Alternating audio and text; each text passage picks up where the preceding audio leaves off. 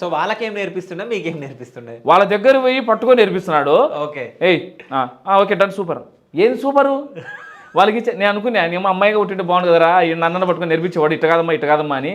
మమ్మల్ని ఏమో ఇలా చేయి అలా చేయి, వాళ్ళేమో అలాగా తల్లి ఇలాగా తల్లి.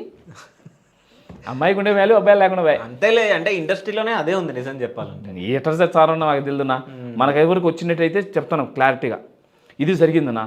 అప్పుడు అక్కడ పోయినాక ఒకడు ఫ్రెండ్ పరిచయమైన నాకు శివ అని చెప్పేసి. శివ మనోళ్ళంతా నలుగురు పరిచయమైన మీరు కాదు నా లక్ ఏంటంటే నా ఎక్కువ ఫ్రెండ్స్లో శివ పేరే ఎక్కువ ఉంటుంది. మా సినిమాలో కూడా శివ ఫ్రెండ్ క్యారెక్టర్ ఎక్కువ ఉంటుంది. సో అటు జరిగినప్పుడు మేమందరం ఏం చేసినాము, ఈ కిషన్ గడ్డ ఉంది కదా అడిగి వినాం. ఆడొచ్చేసి నిలబడినాం. నా తెల్లారి నాన్న నిలబడితే 5:30కు అయిపోయి వచ్చినాడు. ఆయన పేరు సామి, ఏజెంట్, జూనియారిటీ ఏజెంట్ ఆయన. తాగూరు సామి వీళ్ళంతా వచ్చినారు. ఏం బాబా అంటే నా ఇట్లా సినిమాలో కనపడాలని ఆశ నా వచ్చినాము. ఆయన 10,000 ఎత్తుకొమ్మినాడు.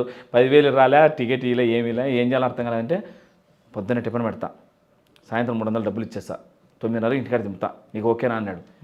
పనికి రామ్నా సినిమాలు కనపడాలని. సినిమాలు కనపడతా బాబు, జూనియర్ ఆర్టిస్ట్ అనే. మాకు అప్పుడు జూనియర్ ఆర్టిస్ట్ తెలియదు కదా. గుంపులో ఎత్తినారు వ్యాన్లోకి, పోయినాం అందరం వినాం.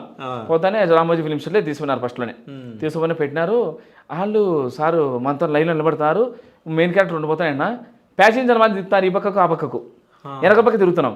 సరే ఒకసారి కనపడదాలని చెప్పేసి వాళ్ళు డైలాగ్ చెప్తాను తగ్గి చూసినట్ట. ఏ బాబు నువ్వు వెనక్కి వెళ్ళిపో అన్నాడు. 4 10 వేసినాడు.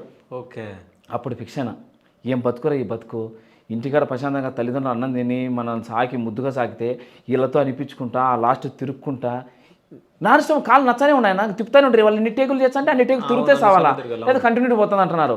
తిప్పుతా అంటే నాకు బాధ అనిపించింది. ఒకటే అనుకున్నా, ఈ బతుకు నాకు వద్దురా,